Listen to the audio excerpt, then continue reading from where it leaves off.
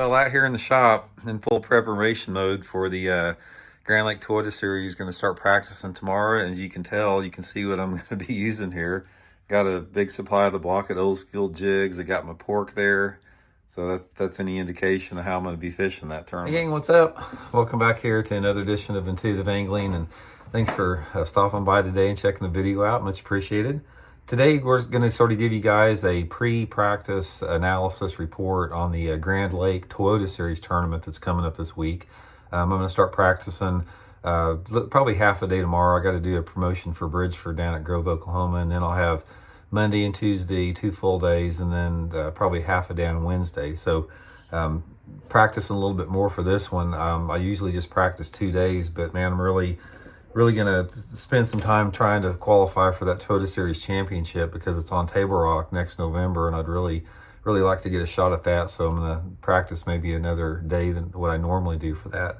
But anyway, guys, today what I want to do, I just sort of want to talk a little bit about Grand Lake, how I think it's going to go down, how I think my plans are, how to fish the tournament, and sort of what my strategy is going into this.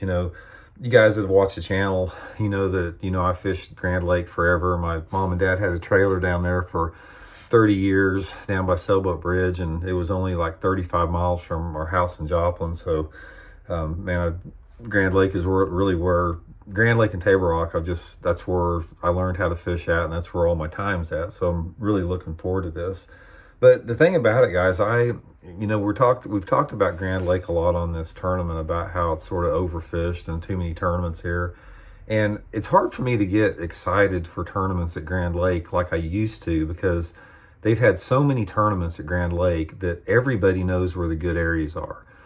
Grand Lake is one of those lakes that has a lot of dead water in it, and there's certain key areas on the lake at certain times of the year. And there's been so many tournaments, there's been so much coverage and so much press on Grand that everybody winds up fishing on top of everybody. Even though Grand is a pretty large lake, it fishes extremely small most of the time, and it's going to fish extremely small in this Toyota Series this week up here.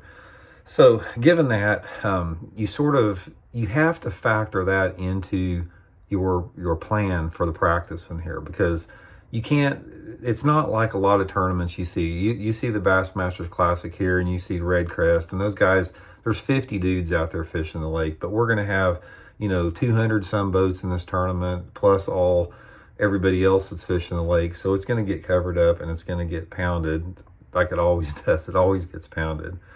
So from that strategy viewpoint there, you sort of have to make a little bit of adaptation.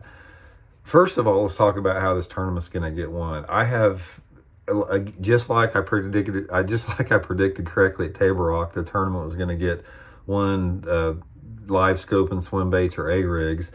It's 99% chance Grand Lake is going to get one this week live scoping too. Somebody's going to win the tournament live scoping with a jerk bait or an A-rig. That's just how it's going to get won. And if you look at the results of the tournaments they've had down there the past 3 or 4 weeks, it's a top-heavy deal. There's like 4 or 5 guys that whack them, and they're live scoping, and then everybody else that just fishes struggles. The weights drop way off. There was a big tournament down there last week, and I think it took low 20s to win, but then like 50th place in the tournament out of like 200 boats was less than 10 pounds. So that's what I expect in this tournament coming up here. I expect there to be a handful of guys that just sort of distance themselves from the field, live scopers. Obviously, I'm not excited about that because you guys are well aware of my live scope stance. But my strategy in this tournament and in all the Toyota Series tournaments this year is completely different than last year. I'm going to try to be consistent. I'm not going to go out and try to do anything wild and put myself in position solely to catch big fish. I mean, I'm going to go out every day and try to put a limit of fish in the boat, because my goal is to qualify for that Toyota Series Championship, and then I will put all my eggs in one basket if I can make that. So from that standpoint, I'm gonna run a lot of the history that I have on this lake. I've got 50 years of experience on fishing Grand Lake in March. I mean, I know where the fish live in March. I know where the shallow fish live in March. They cannot compete against the live scopers unless I could figure out some sort of off the wall technique to catch those fish shallow, and the live scopers struggle.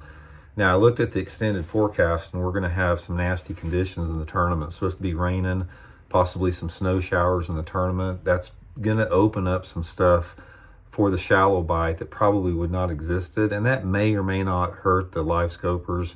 It's hard to say. Those fish that those live scopers are fishing for are a different breed of fish. They're positioned differently. They live in different places, and it's hard to say how those guys are going to do on that. I think a lot of it probably depends on the wind and the light intensity.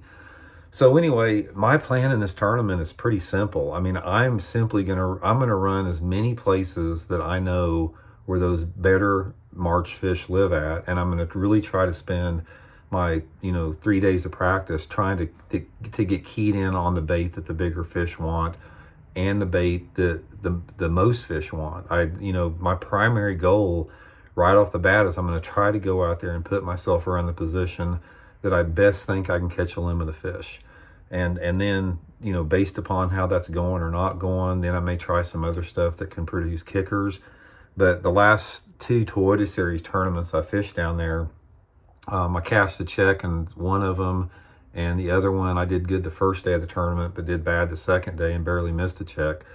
So both of those tournaments, I was focusing exclusively on trying to catch good ones. But I'm not going to do that here, guys. I'm just going to try to get bit. I mean, it's a lot of it depends on, where the pressure on this lake is, because a lot of the key March areas I know, everybody knows about them now, so they're no secret. So what I'm going to try to do is I'm going to try to gauge the flow, the pressure flow, and try to sort of put myself in an area that I know's got a lot of fish in there, but is not getting a lot of traffic. Because here's the problem you have with Grand Lake in March. It's like you'll pull into a good cove or a good creek, and when you pull in there, there's 3 or 4 boats idling out as you're pulling in. And then when you get back in there, there's boats fishing everywhere. And when you idle out, there's 3 or 4 more boats coming into that same area. That's the way it is in the good areas, and it's very frustrating to fish like that.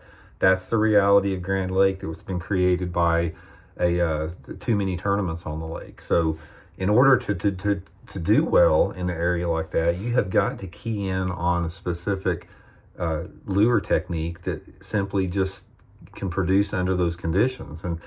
And you don't know from day to day if that's a slow bait or a moving bait. It's something that changes from day to day. So anyway, guys, I'll give you guys a daily practice report, how it goes in there. Like I said, I'm looking forward to the tournament simply because I have a lot of fun. Grand Lake has got a place in my heart. It always will. But at the same time, it just sort of sucks because it's not like it used to be back before everybody else knew where all the good spots were. So, but I'll keep you guys updated, let you guys know how it's going. And thanks for tuning in. We'll see y'all later.